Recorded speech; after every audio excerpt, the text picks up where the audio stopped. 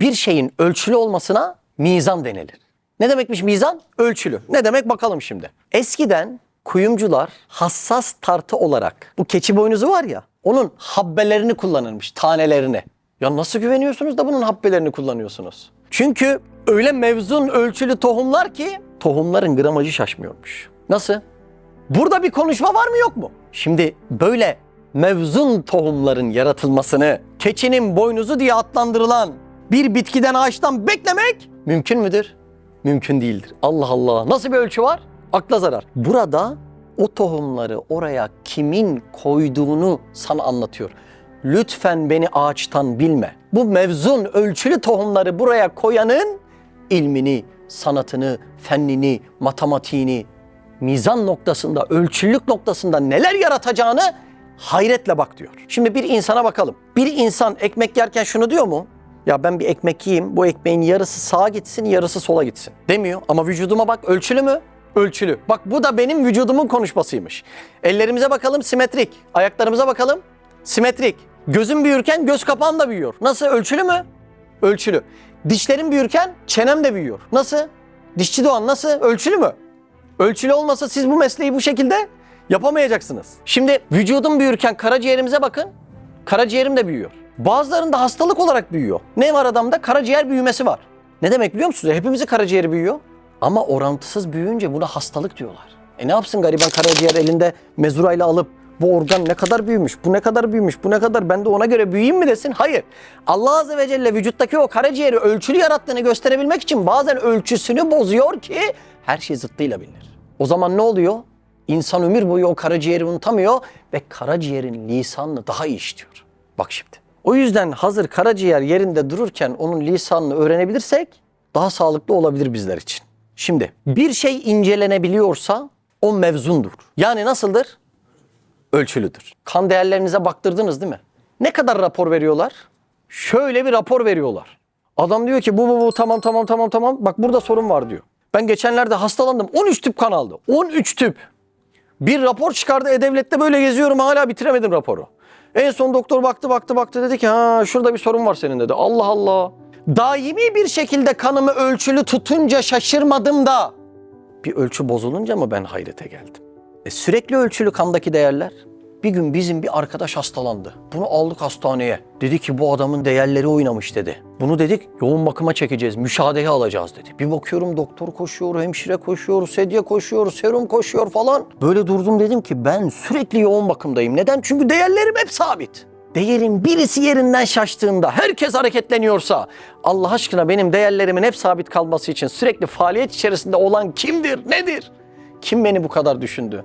Kim bu kadar tıp ilmini benim üzerimde sarf etti, kullandı? Kim? Bunu anlamak için illa yoğun bakıma girmemize mi gerek var? Allah Allah. Neymiş bu biliyor musunuz? Mizanmış, ölçüymüş bu bak. Bizim duygularımızda da ölçü var mı?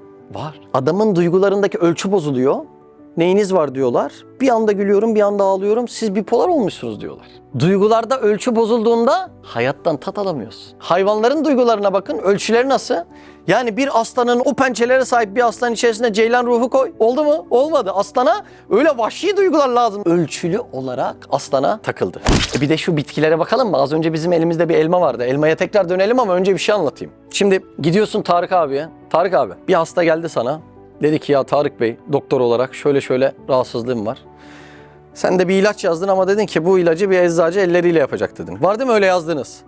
Ya bir gidiyorsun, adam diyor ki abi hayatımda ilk kez deneyeceğim ama bu ilacı hiç endişe etme. Bu cümleyle bütün endişeniz gider mi? Ya elin ayağına dolaşır ya, bundan 2 gram eksik. 2 gram fazla koysan perişan olur insan, öyle mi olur Melih abi? Perişan olur, yani milimine ölçüler var. Yahu o kadar ilim okumuş bir eczacının acemisine denk gelince acaba ölçülü yapacak mı diye tedirgin oluyorsun da şu elmayı bir gün ısırırken işledin mi? Ya bu elma da bugün beni zehirler mi diye. Sinan leblebi gibi erik yiyorsun, leblebi gibi yani. Böyle dağ gibi erik çekirdeği çıkıyor ortaya. Bir gün dedin mi şu eriği ısırırsam içindeki bir mizan yanlış konulmuşsa beni zehirler mi? Hiç endişemiz yok. Neden? Allah Azze ve Celle'nin mizanına o kadar güvenip kendimizi teslim ediyoruz ki. Elmada, erikte, karpuzda bu mizanın bozulacağını hiç hesaba katıp düşünmüyoruz. Niye? Güvenimiz tam. Bir de o elmanın lisanından okusak bu güveni. Allah Allah. Ama ot gibi ota bakınca bu mizan gözükmüyor değil mi? Yani diyoruz ki ya iyi de bir elmanın ölçülü verilmesi. Ne mana var bunda? Yani bunu ölçülü veren, Hatta bunu bu kadar detaylı süsleyen, burnuna, gözüne, sesiyle kulaklarına hitap eden. Ya onlar da bir ölçü değil mi? Elmayı ısırdığın anda böyle kıyamet kopar gibi ses çıksa o da olmaz, yemezsin. Her şeyinde ölçü olan bu elmayı sana veren, böyle süsleyip veren, bunu konuşturmuyor mu? Öylesine mi verdi elmayı? Öylesine mi bu elma? O öylesine değil de sen öylesine yaşıyorsun. Ot gibi bakınca böyle oluyor. İçerisindeki sevgi ifadesini göremiyoruz. Onu böyle yarım yamalak görünce ne diyoruz biliyor musunuz? Allah elmayı bize sevdiği için verdi. Allah'ım ben de seni seviyorum ama sana ayıracak vaktim yok diyoruz. Oldu mu? Olmadı değil mi? Bunun adı iman olmadı. Birisi var öyle ağaca bakmış üzümleri saymış. Kim o? Üstad Hazretleri. Bakın Risale-i Nur'da geçen bir mesele. Çok hayret verici bir olay. Üstad Hazretleri diyor ki 2 parmak kalınlığında bir üzüm asmasına asılmış olan salkımları saydım. Bakın Darül Hikmet-i İslamiye azası Üstad Hazretleri. Osmanlı padişahlarıyla Rumeli seyahatlerine çıkmış. Yürüdüğünde medresede arkasında 15.000 medrese talebesi yürüyor. Oturmuş ağaca bakmış üzümleri saymış. 155 çıktı. Tek tek saymış bak. Bir salkımın tanesini saydım 120 kadar oldu. Allah Allah. Düşündüm dedim.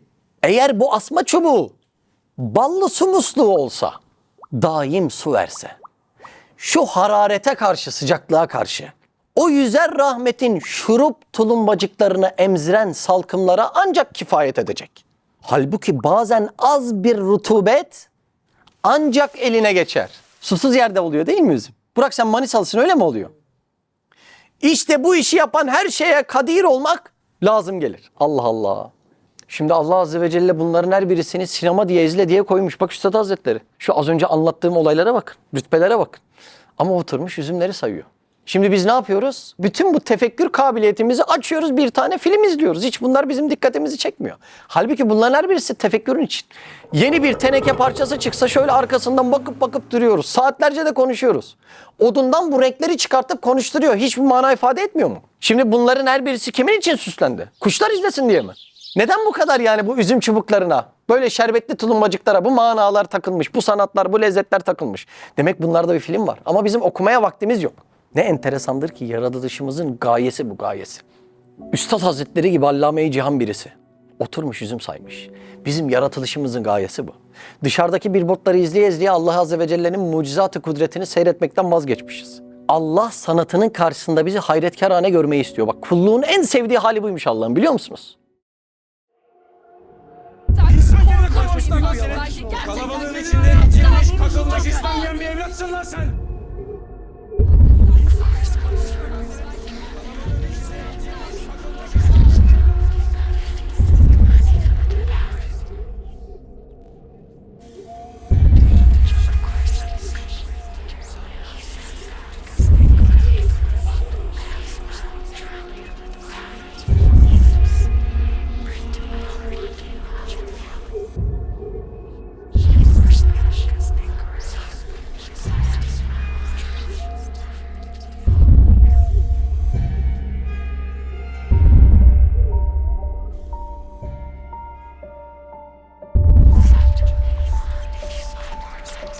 Boğulmak şeytana mahsustur. Sen hangi halde olursan ol, Allah'a sığın.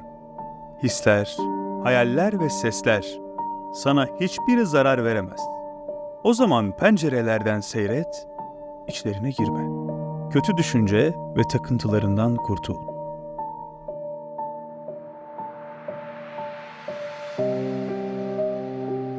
Mehmet Yıldız'ın kaleminden Vesvesan kitabı sizlerle. mybedestan.com'dan sipariş verebilirsiniz.